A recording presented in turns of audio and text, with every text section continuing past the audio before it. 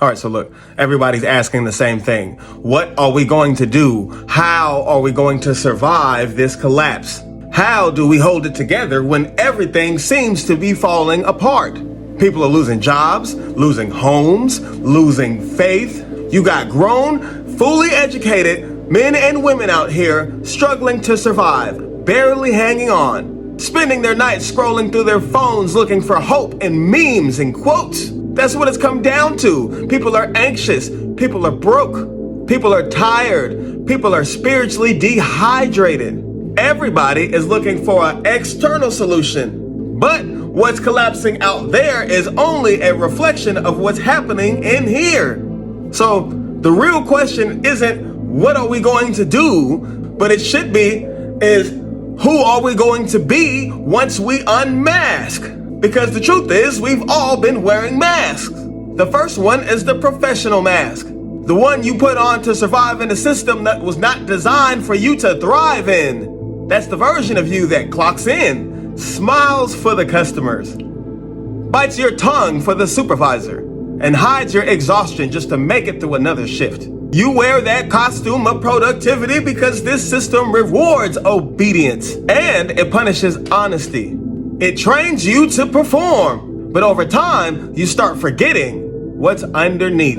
You start to believe that the mask is you. And that's why so many people are burnt out, because they spent their whole life acting, trying to fit into a play that they never even auditioned for. But then there's another level. There's the cultural mask, the national mask, the one that says, I'm American, I'm black, I'm white, I'm this religion or that religion. I'm this political side or that political side.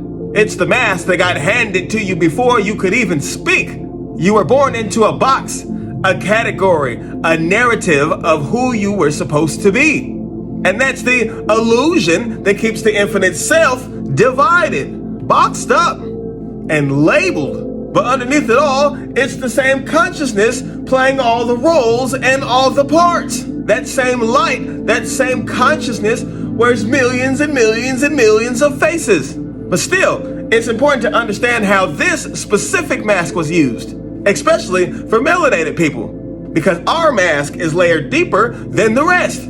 For us, the mask isn't just mental. It was historical, biological, it was spiritual. You see, the entire structure of the system of white supremacy, colonialism, capitalism, was built to suppress the original interface between the physical and the divine. And that interface is melanin. Melanin isn't just a pigment. It's a living intelligence. It's a biological bridge between light and matter. It's how the infinite consciousness experiences density without losing the connection to the source. Ta-da! In the greater cosmic story, the melanated represent the first archetype, the original blueprint, the vessel through which the divine entered matter. And that's why this system worked overtime to bury this truth under centuries of lies, violence, and programming. Because when the original archetype remembers itself, then this whole illusion begins to dissolve. This entire power structure depends on keeping the melanin frequency separate from itself, disconnected from itself. Because once it wakes up everything attached to it, everything around it.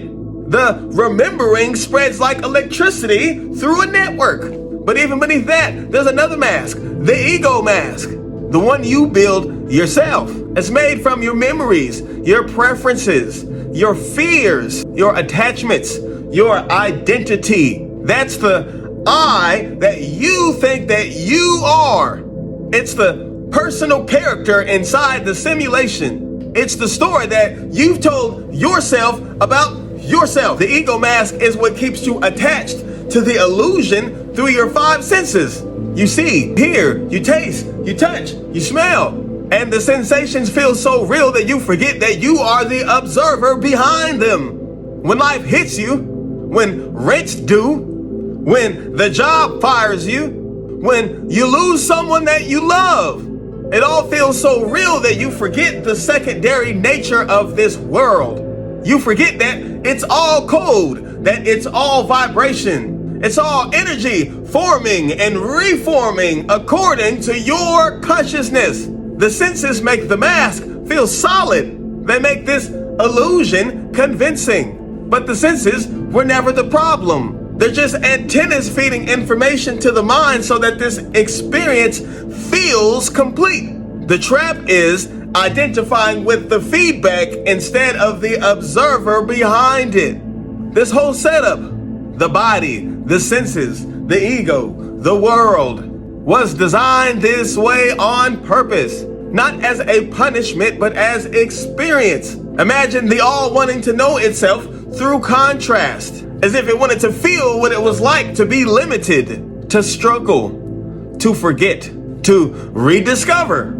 This is the divine architecture of forgetting and remembering, light and shadow, birth and collapse.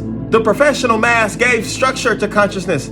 The cultural mask gave it diversity and separation. The ego mask gave it individuality and depth. And melanin gave it the memory to find its way back home.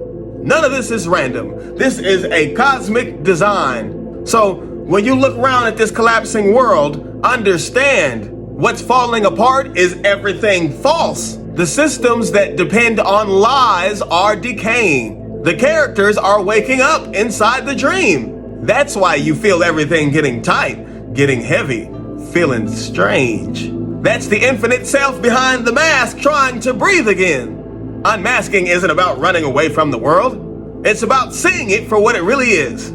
It's about remembering that behind every identity, every struggle, every illusion, there's one self, one infinite self, one source consciousness. That's the self that can't be evicted, that can't be fired, that can't be colonized and can't be erased. That's the self that powers the whole dream. That's the self that's waiting for you to stop pretending and come back home. Because once you do, this system loses its grip. The world doesn't control you anymore. You start seeing through the illusion instead of suffering inside of it. And from that awareness, you can build reality from the inside out.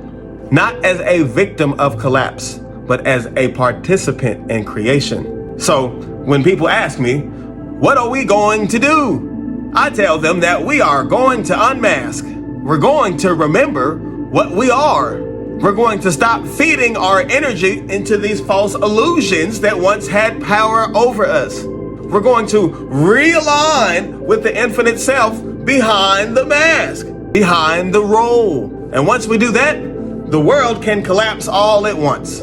We will still be standing because the real self never collapses.